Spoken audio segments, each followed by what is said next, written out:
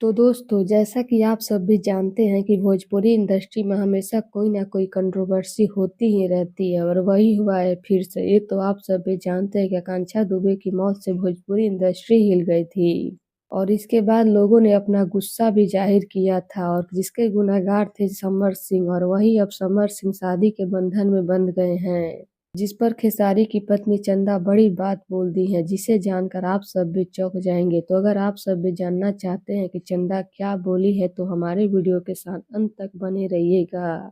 और हम वीडियो में आगे बढ़े उससे पहले आप हमारी वीडियो को लाइक कर दे, चैनल को सब्सक्राइब कर दे और हमारा वीडियो देखने के बाद शेयर करना ना भूले। तो चलिए बढ़ते हैं वीडियो की तरफ और आप सभी को हम बता देते हैं कि आखिर चंदा क्या बोली है समर सिंह की शादी को लेकर। तो जैसा कि आप सब भी जानते हैं कि समर सिंह भी भोजपुरी के जाने माने सिंगर है, लेकिन एक खूब चर्चा में आया जब इनकी गर्लफ्रेंड रह चुकी आकांक्षा दुबे इस दुनिया को अचानक छोड़कर चली गईं और तब से समर पर काफी इल्जाम लगे और अभी समर सिंह शादी करने जा रहे हैं, जिस पर खेसारी की पत्नी चंदा काफी भड़की हैं।